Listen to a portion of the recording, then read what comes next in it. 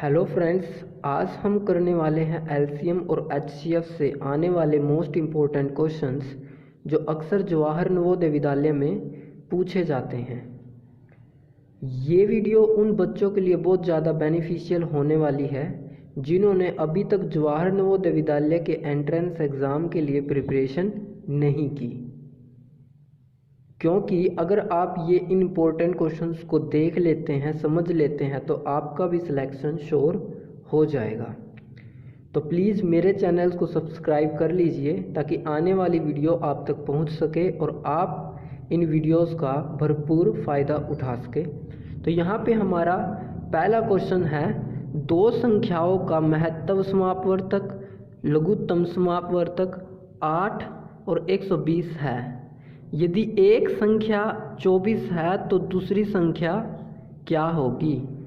देखिए, अगर आपसे एचसीएफ, एलसीएम और फर्स्ट नंबर और सेकंड नंबर से क्वेश्चन पूछा जाए तो आपके पास एक फॉर्मूला रहता है, आपको जस्ट वो फॉर्मूला अप्लाई करना है। वो फॉर्मूला है पहली संख्या गुणा में दूसरी संख्या इक्वल होगी एलसीएम मल्टीप्लाई में एचसीएफ या लघुत्तम समापवर्तक मल्टीप्लाई में महत्तम समापवर्तक। ये जो फॉर्मूला है इससे 4 क्वेश्चन पूछे जा सकते हैं और ये बहुत ज़्यादा इम्पोर्टेंट फॉर्मूला है। इसी फॉर्मूले से हर साल 100% चांसेस होते हैं क्वेश्चंस आने के, इसलिए आप इस फॉर्मूले को अपने जहन में बिठा लीजिए, क्योंकि इससे क्वेश्चंस 101% आपसे पूछा जा सकता है। तो यहाँ पे आपको पहली संख्या क्या दी हुई है? 24। तो आपको जस्ट फॉर्मूले में अप्लाई करना है। दूसरी संख्या आपने निकालनी है तो दूसरी संख्या को आप ऐसे ही रखोगे। एलसीएम आपको दिया हुआ है 120, एचसीएफ आपको दिया हुआ है 8। आपको जस्ट फॉर्मूले में अप्लाई करना है और आपको आंसर मिल जाएगा। तो यहाँ पे आपके पास दूसरी संख्या क्या होगी? दूसरी संख्या होगी आपके पास, यहाँ पे ये 24 मल्टीप्लाई में है, इधर आके क्या हो जाएगा? डिवाइड में हो जाएगा। तो आपके पास इसको सोल्व करने के पास आपके पास दूसरी संख्या आ जाएगी। तो यहाँ पे हमारे पास 8 तिये 24 हो जाता है और 3 चौके 12 और ये 0। तो हमारे पास जो दूसरी संख्या आती है वो क्या आती है? 40। तो यहाँ पे हमारा ऑप्शन नंबर बी करेक्ट हो जाता है। तो यहाँ पे सेम फॉर्मूले से अगला क्वेश्चन मैंने लिया हुआ है ताकि आपको वो फॉर्मूला अच्छे से समझ में आ जाए और आप इस फॉर्मूले से आने वाले इम्पोर्टेंट क्वेश्चंस को ना छोड़ें। तो यहाँ पे हमें दिया हुआ है दो संख्याओं का गुणनफल 216 दिया हुआ है। यदि इन दोनों संख्याओं का महत्तम समापवर्तक 3 है तो उनका लघुत्तम समापवर्तक क्या होगा? तो यहाँ पे दो संख्याओं का गुणनफल होता है हमारा पहली संख्या गुणा में दूसरी संख्या। यहाँ पे आपको दो संख्याओं का गुणनफल में कंफ्यूज नहीं होना है। दो संख्याओं का गुणनफल पहली संख्या और दूसरी संख्या की गुणा होता है। इक्वल होती है हमारे पास लघुत्तम मल्टीप्लाई में महत्तम समापवर्तक।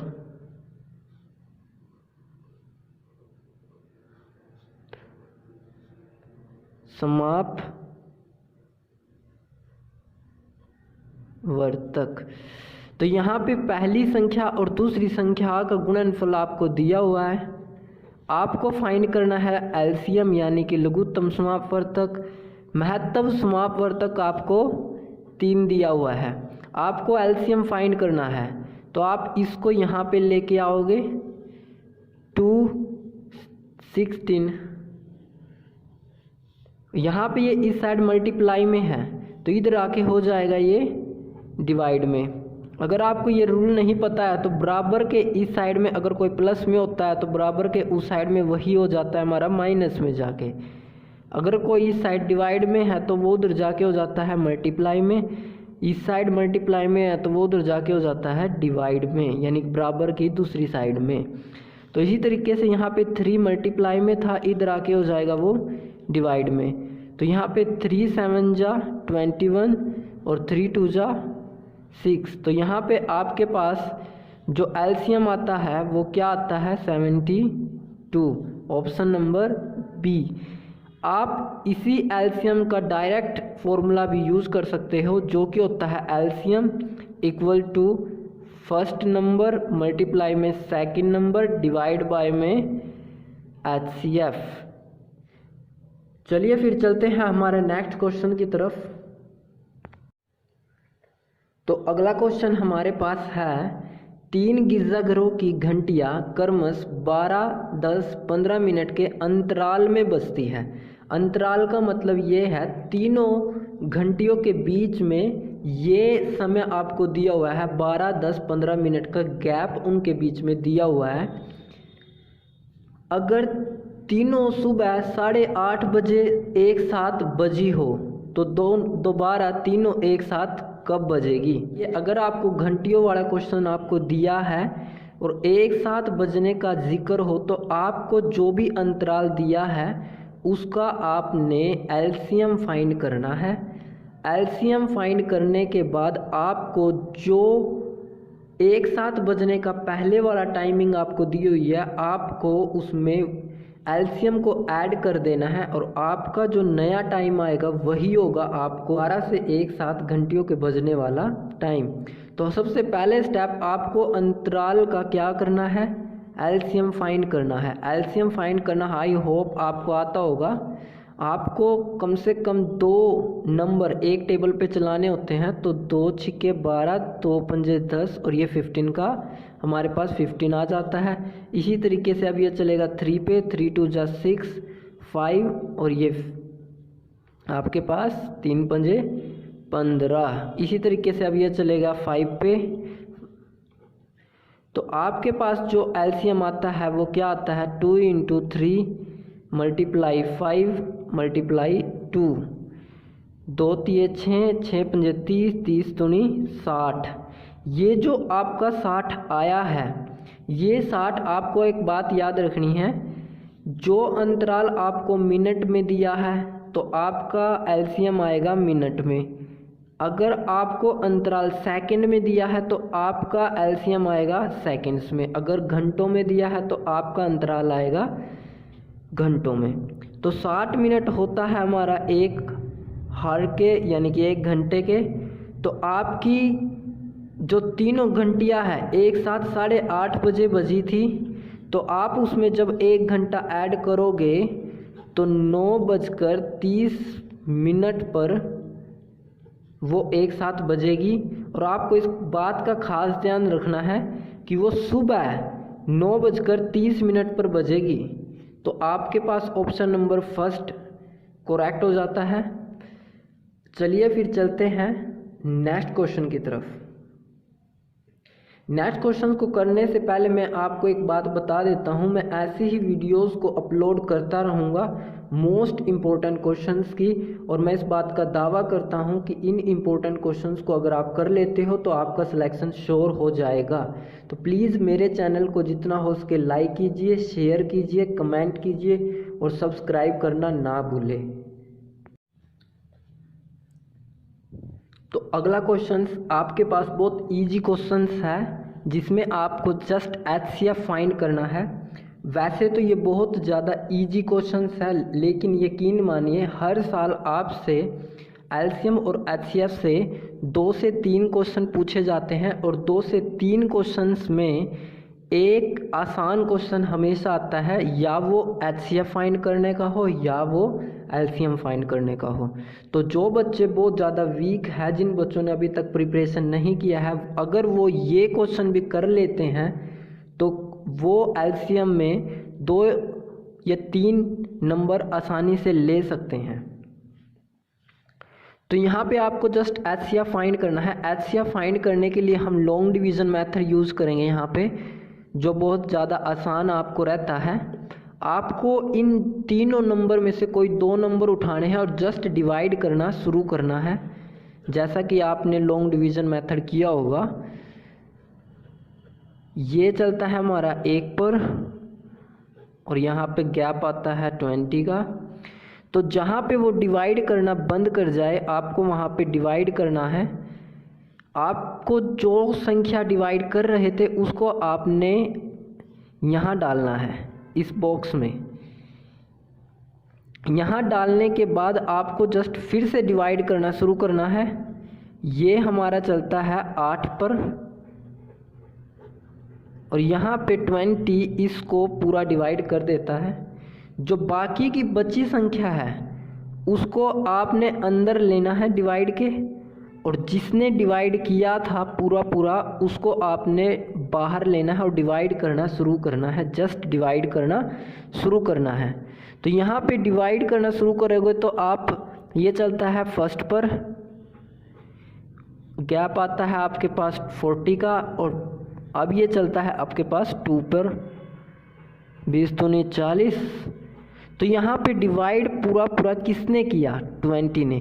तो जो लास्ट तक पूरा इन तीनों नंबर को डिवाइड कर देता है वही होता है हमारा HCF। तो यहाँ पे जो HCF आता है वो क्या आता है? 20। HCF का मतलब होता है हाईएस्ट कॉमन फैक्टर। अगर आपको डिटेल में HCF और LCM समझना है तो प्लीज़ कमेंट बॉक्स में बता दीजिए, मैं अलग से एक वीडियो आपको बना दूंगा ताकि ये इम्पोर्टेंट क्वेश्चन आपको आसानी से समझ में आ जाए। तो चलिए फिर चलते हैं हमारे नेक्स्ट क्वेश्चन की तरफ।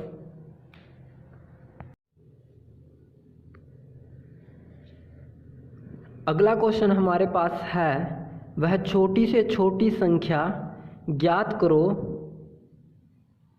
जिसको यदि 42 और 147 से भाग दे तो प्रत्येक दशा में 5 शेष बचे।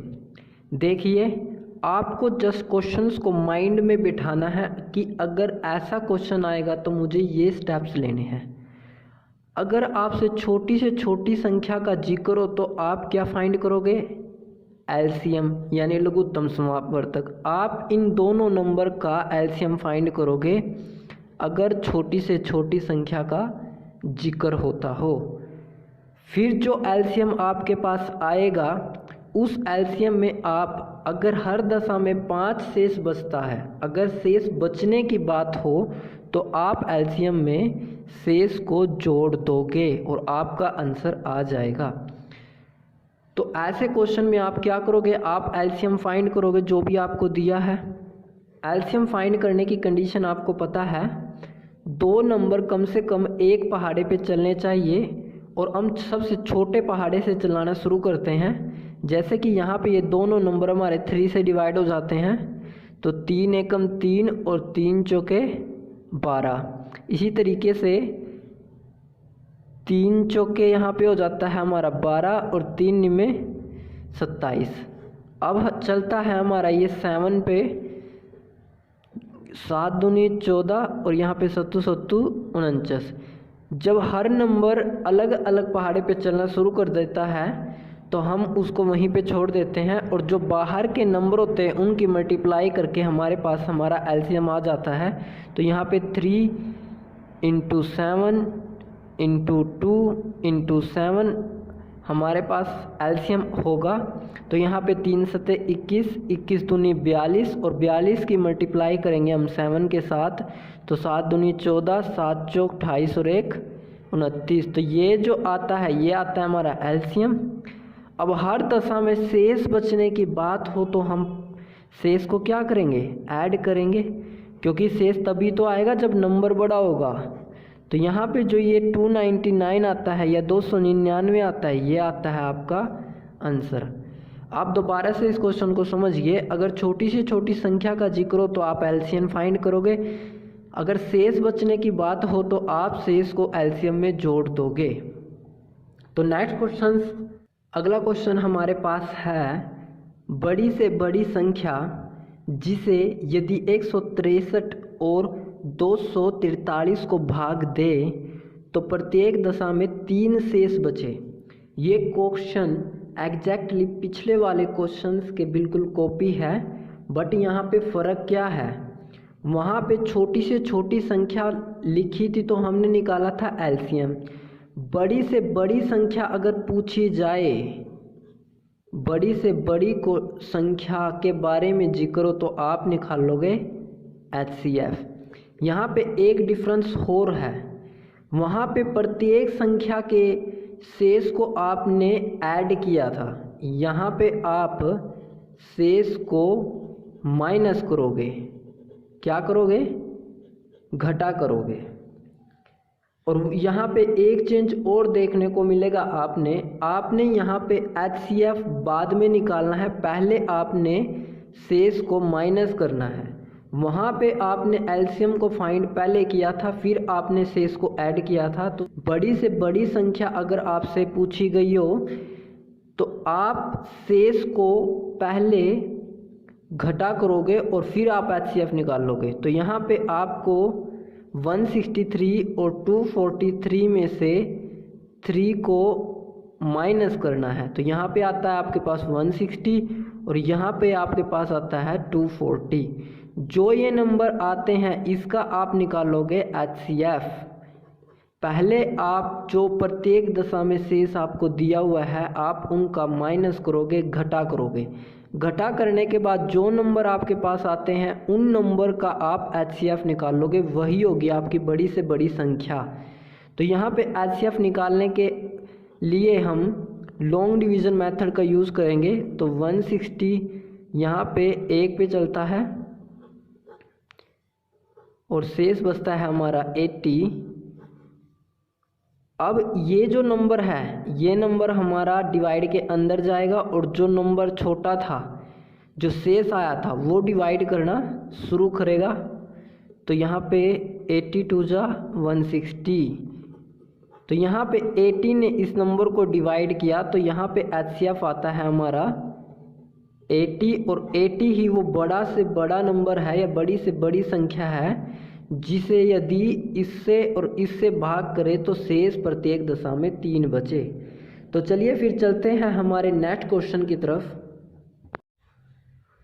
नेक्स्ट क्वेश्चन हमारे पास है 3/5, 15/25, 9/15 और 12/30 का लघुत्तम समापवर्तक होगा।